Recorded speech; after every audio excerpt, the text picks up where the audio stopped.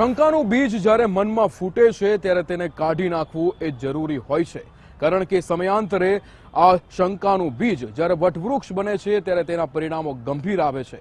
સુરતની અંદર મજૂરી કામ કરતા દંપતી સાથે પણ કંઈક આવું જ બન્યું છે।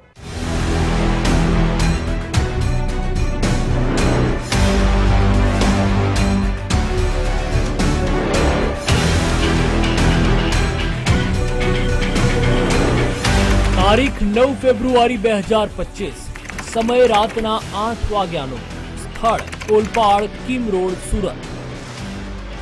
ઓલપાડ કિમ રોડ પર આવેલા નવા બ્રિજ નજીક અનેક પરિવારો ઝૂંપડા બાંધી રહે છે। અહીં અશોક બાપુ સંકટ, તેની પત્ની હીરાબાઈ અને 4 સંતાનો સાથે રહે છે। રાતના 8 વાગ્યા આસપાસ અશોકની પત્ની સાથે માથાકૂટ થઈ। દરમિયાન રોષે ભરાયેલા અશોકે છરી લઈને પત્નીનું ગળું ચીરી નાખ્યું। આ જોઈ ઘરમાં હાજર દીકરી ગભરાઈ ગઈ અને બૂમો પાડવા લાગી। બાળકીનો અવાજ સાંભળી આસપાસના લોકો ભેગા થઈ ગયા અને જોયું તો હીરાબાઈ લોહીના ખાબોચિયામાં તરફડિયા મારી રહ્યા હતા। સ્થાનિકોએ તાત્કાલિક 108 ને ફોન કર્યો અને એમ્બ્યુલન્સમાં નજીકની હોસ્પિટલ લઈ ગયા હતા, પરંતુ સારવાર મળે તે પહેલા જ તેમનું કરુણ મોત નીપજ્યું હતું। ઘટનાની જાણ થતાં જ ઓલપાડ પોલીસની ટીમ ઘટના સ્થળે દોડી આવી હતી।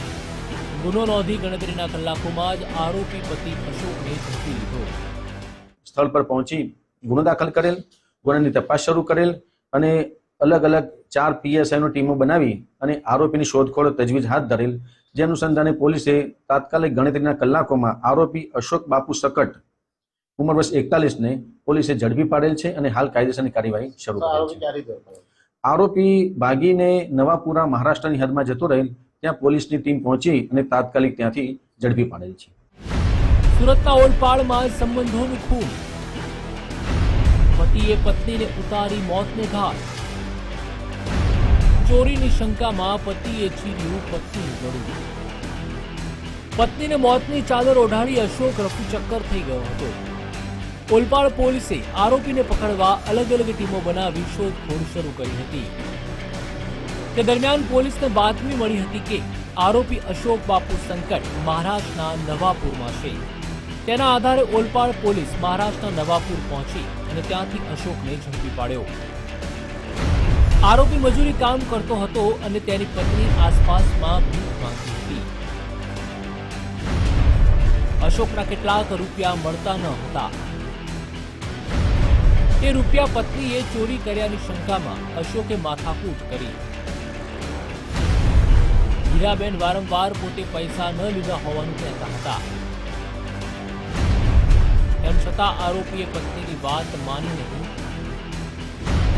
અને ગુસ્સામાં આવી હત્યા કરી। આ અશોકે એમ કહીને ઝઘડો શરૂ કર્યો કે તું મારા પર્સમાંથી અથવા તો ખિસ્સામાંથી પૈસા કાઢી લે છે અને પૈસાની ચોરી કરી લે છે, એમ કહી અને ઘર કંકાસ શરૂ કરેલ।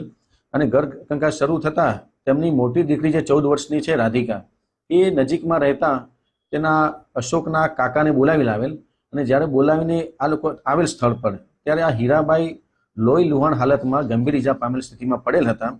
ત્યારે તેના કાકા મધુકર શંકર સકટે તાત્કાલિક 108 ને બોલાવતા 108 સ્થળ પર આવી અને આ હીરાબાઈને તપાસી મરણ જાહેર કરેલ।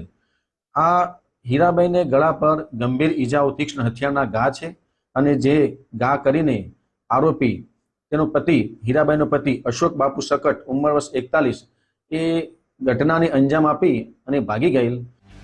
પોતાના જ હાથે પોતાના જ ઘરનો માળો વિખેરી નાખ્યો। માત્ર એક શંકાના આધારે અશોકે આવેશમાં આવીને જે પગલું ભર્યું, તેના કારણે તેનો જ પરિવાર વેરવિખેર થઈ ગયો। તેના ગુસ્સાના કારણે પત્નીનો જીવ ગયો। તેની હત્યાના આરોપસર અશોક જેલ ભેગો થઈ ગયો।